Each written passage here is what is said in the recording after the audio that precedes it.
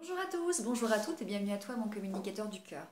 Alors est-ce qu'il vous est déjà arrivé de vous énerver, de vous impatienter, voire de péter carrément les plombs pour des détails insignifiants de la vie? Voilà, des petites choses qui arrivent et à un moment donné vous perdez votre sang-froid, vous vous énervez et puis vous partez dans des comportements qui sont contre-productifs, qui sont parfois même délétères pour votre santé.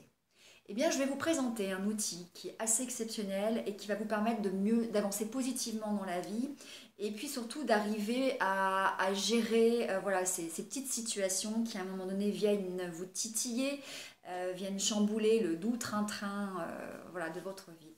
Alors, je vais vous présenter, je vous parle du cercle de contrôle, le cercle de préoccupation et le cercle d'influence. Alors, vous avez dans la vie des gens qui vont en permanence s'énerver et se focaliser sur les problèmes, c'est-à-dire sur leur cercle de préoccupation. Ces personnes, en fait, eh bien, bon, elles voient des problèmes partout, la plupart du temps, mais surtout elles s'énervent aussi pour des problèmes et sur des situations pour lesquelles elles ne peuvent rien faire. C'est-à-dire, elles ne peuvent pas agir sur la situation, elles ne peuvent pas changer la situation, mais néanmoins, eh bien, elles vont se mettre dans des états qui sont juste pas possibles à cause de ces situations. Et elles vont y perdre parfois leur santé, mais surtout y mettre aussi beaucoup de leur temps et beaucoup de leur énergie. Donc c'est ce qu'on appelle le cercle de préoccupation. Qu'est-ce qu'on va retrouver dans ce cercle? On va retrouver la météo, par exemple. On va retrouver les bouchons, on va retrouver des licenciements. Voilà, toutes ces choses qui nous tombent dessus, sur lesquelles on ne peut absolument pas intervenir et on ne peut pas changer ou en tout cas contrôler les choses.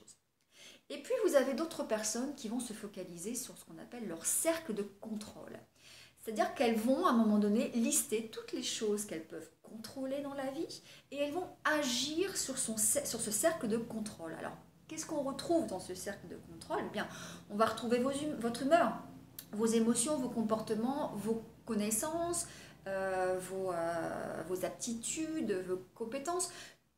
En gros, ce sur quoi vous avez la capacité d'agir, d'avoir un moyen de contrôle et de pouvoir changer les choses.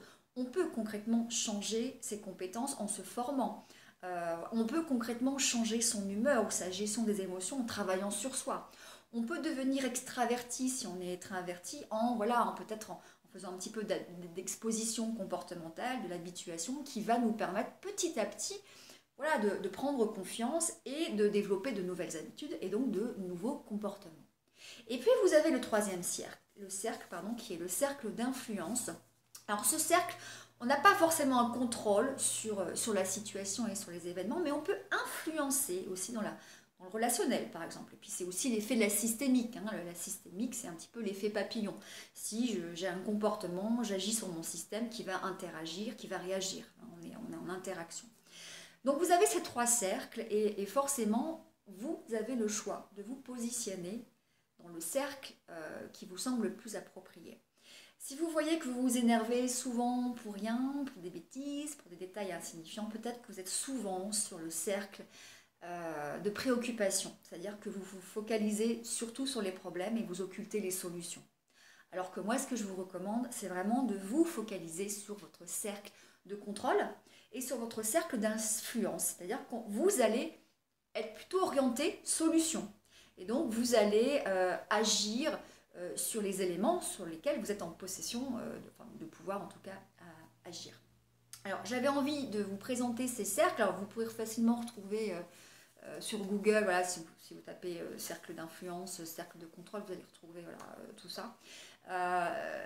Ce qui est sympa, c'est de prendre une feuille de papier, moi je l'ai fait il y a quelques années, et de noter voilà, sur quoi est-ce que j'ai un contrôle, sur quoi je n'ai aucun contrôle, et ce sur quoi j'ai une influence légère. Notez ça, vraiment, prenez le temps de le noter sur une feuille de papier avec un stylo, parce que ça permet aussi d'avoir un meilleur ancrage. Et ce que je vous invite, c'est quand une situation de vie va se présenter à vous, essayez d'avoir cette prise de conscience. C'est pas facile. Je pense que l'étape la plus difficile dans les processus de changement, c'est de conscientiser, d'avoir ces processus de prise de conscience.